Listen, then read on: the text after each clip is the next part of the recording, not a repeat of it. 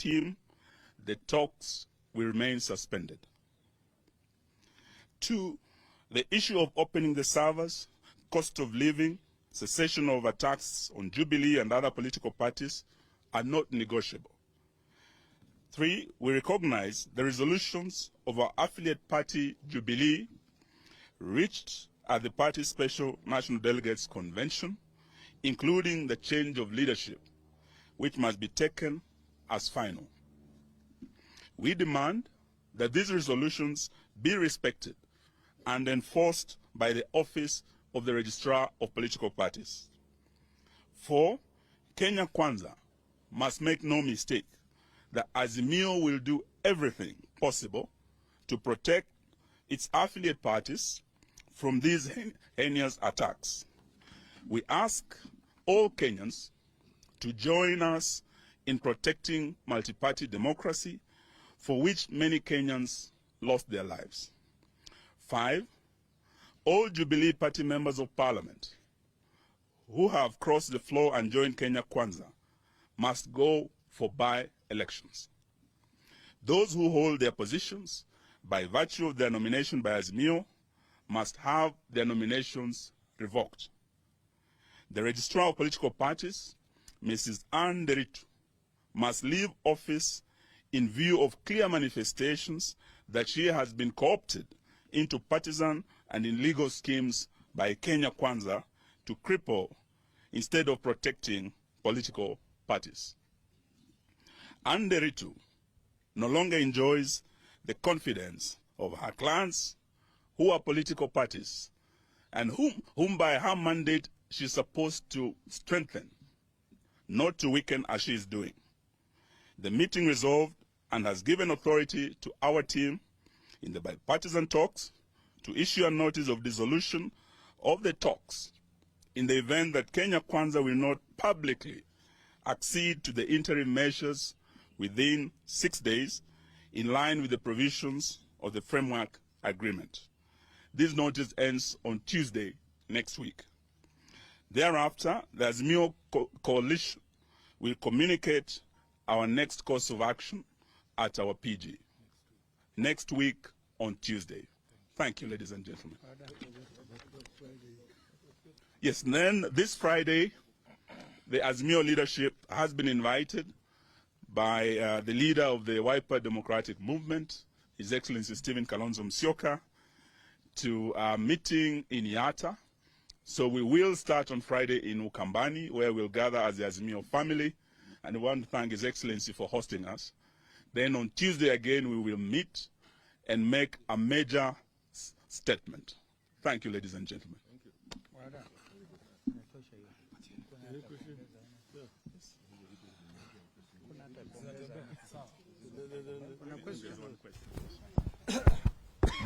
Thank you so much.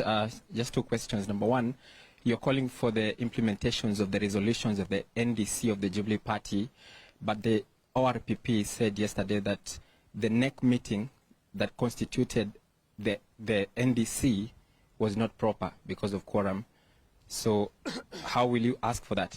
Number 2, there's this sugar issue, and there have been talks about there's some people, top government officials, who are involved in it. Do you know who these people are, or as in your oversight role? Thank you.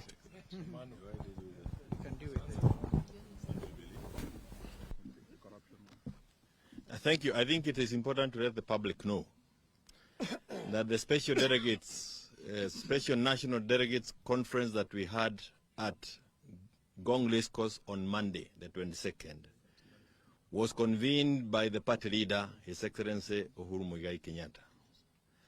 Our party constitution does not require a NEC resolution for the party leader to convene the NDC. So we see the Register of Political Party on a very interesting mission here to hunt for reasons to just kill political parties in this country.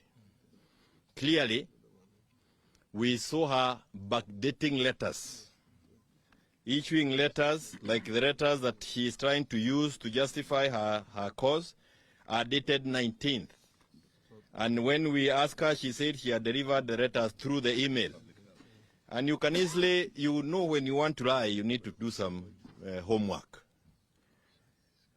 This is a printout of the time and the date the email was sent. And I can read it for you. The email was sent on the 22nd of May. That is Monday at 8 o'clock in the night. After the NDC. But the letter is dated 19th of May, last week. I got the physical copy yesterday when I went to her office. This is just one of the examples of how she has continued to misuse the office and execute other mandates other than what was given to her.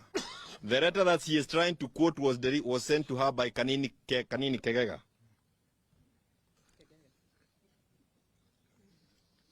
And Kanini is a stranger to the whole of this thing as an acting SG. But cleverly, because they are now agents of destruction, actually really playing the role of undertakers of political parties. She replies to Kutuni, the Deputy Secretary General. So she is the one trying to sanitize this invasion to political parties. And I agree and want to say that if we do not rise up as Kenyans, this may be the end of even new people coming to cover an alternative view to that of a government. It took the rights of people for you to be there listening to us as a voice of the voiceless. Remind them the court stayed. And again, the court stayed any attempt to stop the NDC. And the order was served on the registrar in good time. By the way, the order was served on her physically before she even acted on the letters that she is purporting to do. Falsifying government documents is a criminal offense. And this lady is clearly guilty of criminal offense. She has continued to falsify those documents, and that is what has sustained this unnecessary coup attempt that you see that have become part of entertainment every day. I thank you. The issue of sugar? Thank you very much. I've been asked to respond to the issue of sugar and other scandals. As you know, during our campaigns, we did warn Kenyans that our opponents have a history, and their history is known right from the YK92 days. The days of corruption and mega scandals are back in Kenya. And we started with the fertilizer scandal. We now have the poison sugar scandal. We have the nets, mosquito nets, KEMSA. And we have the tractors from Belarus. That is another scandal in the making in the transport sector. Today, we were just addressing ourselves to the immediate changes that have taken place. But on Tuesday, we will be addressing matters, corruption substantively, and also attempts by Kenya Kwanza to kill political parties. And not just political parties and killing multi-party democracy. Kenya Kwanza wants to kill devolution. As we speak, I heard Governor Kahiga of Nyeri saying on Friday, he'll be shutting down. Where is this money going? So this is a matter that we'll be addressing substantively on Tuesday. For today, we wanted to focus on the changes that have taken place, and the talks remain suspended until Tuesday when we make a further statement. Thank you very much. Yes, and also we want to say this to the Kenya Kwanza regime. They have to stop this politics of intimidation. They have started targeting and arresting Azimio supporters. We had young man Gaucho, the one that my successor at the Ministry of Defense said he's such a lowly bastard who should not be seen with great leaders.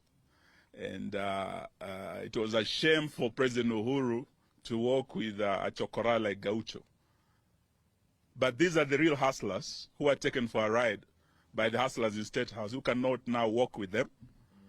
And today, Gaucho, as we speak, was arrested after he made a statement at the Jubilee NDC. From yesterday, he's been in custody. As we leave here, we want to follow up to ensure he's released today. Maina Njenga, just because he came out to support Raila Odinga. He went all the way to Njambini. They tried to arrest him. And from yesterday, they have arrested him as we speak. He's in Nakuru today trying to get back his freedom.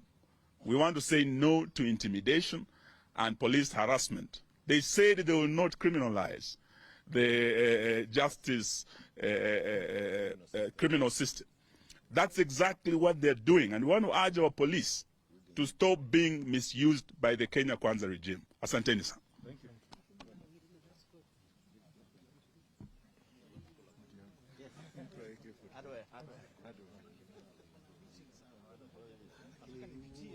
Kutoka hapo hivi nasema